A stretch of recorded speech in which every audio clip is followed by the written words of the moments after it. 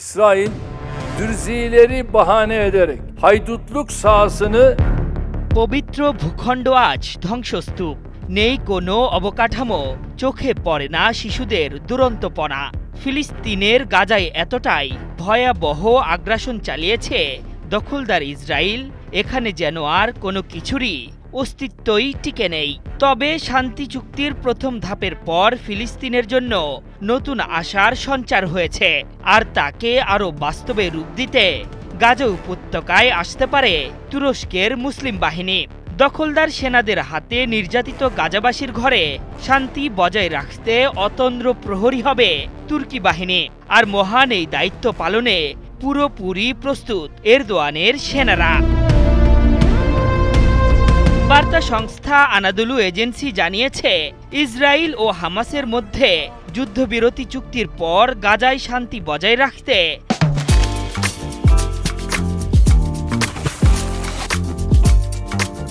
আন্তর্জাতিক task force গঠনের উদ্যোগ নেওয়া হয়েছে, আর যুদ্ধবিরতি মেনে ফিলিস্তিনের গাজায় শান্তি বজায় রাখার জন্য তুরস্কের সেনাবাহিনী যে কোনো মিশনে অংশ নেবে। এ বিষয়ে আলোচনা করতে মিশরের শার্ম এল শেখে একটি দল পাঠিয়েছে তুর্কি বাহিনী। এই টাস্ক ফোর্সের অংশ হয়ে গাজা মিশনে যেতে প্রস্তুতি সম্পন্ন করেছে তুরস্কের সশস্ত্র বাহিনী।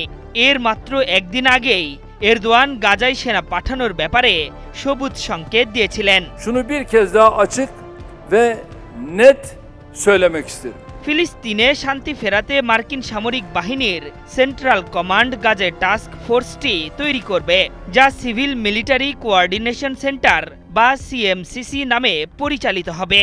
সংস্থাটির কাজই হবে গাজায় নিরাপত্তা সহায়তা এবং মানবিক সাহায্য কার্যক্রম পরিচালনা করা। এছাড়া যে কোনো অনাকাঙ্ক্ষিত পরিস্থিতিতে আন্তর্জাতিক সম্প্রদায়ের সিদ্ধান্ত বাস্তবায়ন করবে ফোর্সটি। এএফপির এক প্রতিবেদনে বলা হয়েছে, দখলকৃত অঞ্চলে 200 মার্কিন সেনা পাঠাবে ওয়াশিংটন।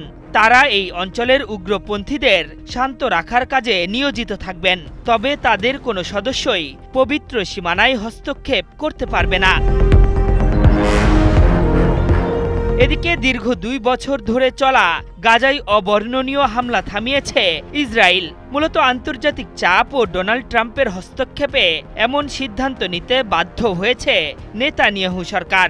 যদিও সরকারের এমন সিদ্ধান্তের ঘোর বিরোধী ছিলেন দখলদারদের 2 উগ্র ডানপন্থী মন্ত্রী স্মোট্রিচ ও বেন গাভির। যুদ্ধবিরতি কার্যক্রম শুরু হতেই গাজার ইয়েলো জোন থেকে সরে গেছে ইসরায়েলি সেনারা।